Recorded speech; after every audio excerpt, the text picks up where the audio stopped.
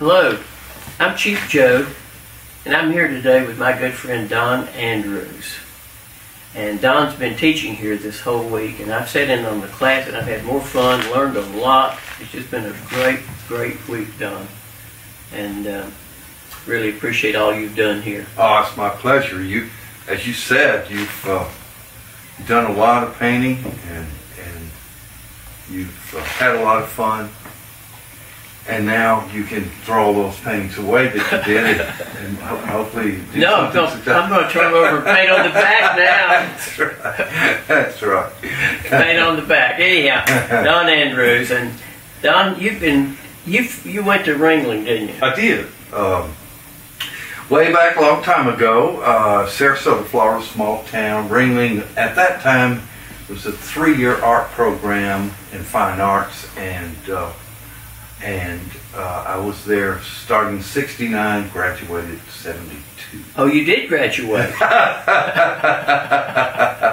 Okay, I may have maybe fudged that. Okay, all right. Okay. So after you got out of Ringling, did you immediately come into the art world of doing workshops and that sort of thing? No, I spent a couple of years embezzling, and after embezzling. Yeah. Then when I got out of prison, yeah, the parole officer suggested that I go into art, so I did. So you did? Yeah. Yeah, there are a lot of crooked artists out there. No, actually, after I got out of art school, from 1973 to 1982, I painted in the daytime and worked at J.C. Penney's at night just to pay the bills. And so when I started, luckily enough, I started teaching in '83, I believe, and people told me I was an overnight success because I was just in my early 30s. But as I recall, those 10 years I was at J.C. Penney's, nobody ever told me I was an overnight success. Well, I certainly remember the first workshop it wasn't a workshop, it was a demo you did for the North Carolina Watercolor Society. Or it's actually called the Watercolor Society of North Carolina, but anyhow, it was in Greensboro. Well, excuse me. I don't want to interrupt. No, go ahead. But that actually wasn't the first demo you saw. While I was in prison, I would do demos for the class, and I recall seeing you in the audience a time. Yeah, I was in the same prison. Were you at San Quentin at the same time? Yeah, the early '70s. The early '70s. Did you paint birds? Yeah. Were you the bird man? Yeah, I was the bird man about. Yeah. Folks, it's been this way all week. Oh, we've had fun. We have laughed and had so much fun. Yeah. If you ever want to take a workshop and you don't know who to go to this guy. You won't regret it, I can promise you. Anyhow, so you worked at J.C. Penney till you did a couple of demos, and then somehow someone saw you and... Well, it's a wonderful story, and I have to say that I've always had good fortune. I believe that I am blessed in the directions that have come my way. But I was a friend with Bernice Osborne, who was president of the Southern Watercolor Society back in '73, I believe.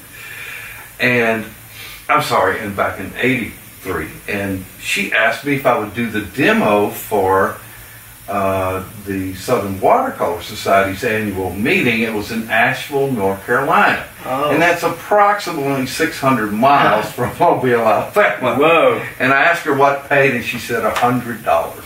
And so I remember thinking, $100, 1,200 round trip.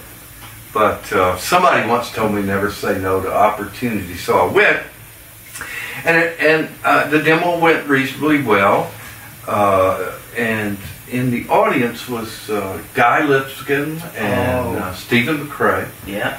Spring May Beach just had started. I think that was their second year, and so they asked me to come to teach a workshop, and it really changed my life.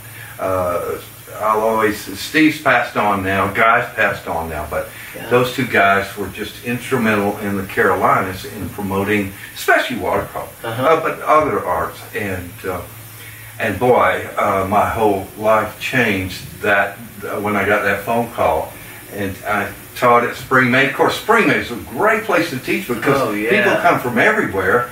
So things went well. They went home and recommended me, and so I began to get out and travel a little bit, and one thing led to the next. Well, we're so glad that you're here. I know you've taught all over the world, overseas, and I've not been in the Antarctica yet. You haven't been? No, to the Watercolor Society down there is having trouble keeping the water from freezing. Really? Yeah, they're not big on water. Well, we have a bucket now that has a water heater in it. Maybe we could arrange to send you down there. I'll promote it. Yeah, we have a lot of customers in Antarctica. So, Bet you do. excuse me, I'll see what I could do to help you get there. You've always been... Your work is fabulous, and we'll show you some of his work that he's done here this week at the end of this little program. I see Terry nodding his head, yes, we can do that. Anyhow, Don, it's great having you here.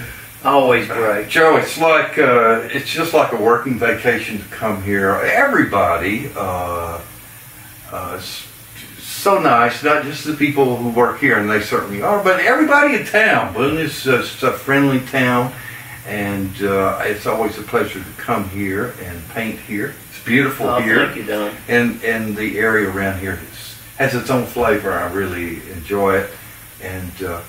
And going out to McDonald's and Wendy's with you has been a pleasure as well. Yeah. He lets me supersize my fries. Yeah. Somehow I missed that, but no, it's been a real treat for me for you to be here. Well, it's so mutual. From Don and me here and Terry, who's doing this interview, televising it from Cheap Joe's, we thank you all for your business, and we appreciate each and every one of you artists out there. Absolutely. Hope to see you at Cheap Joe's workshop soon.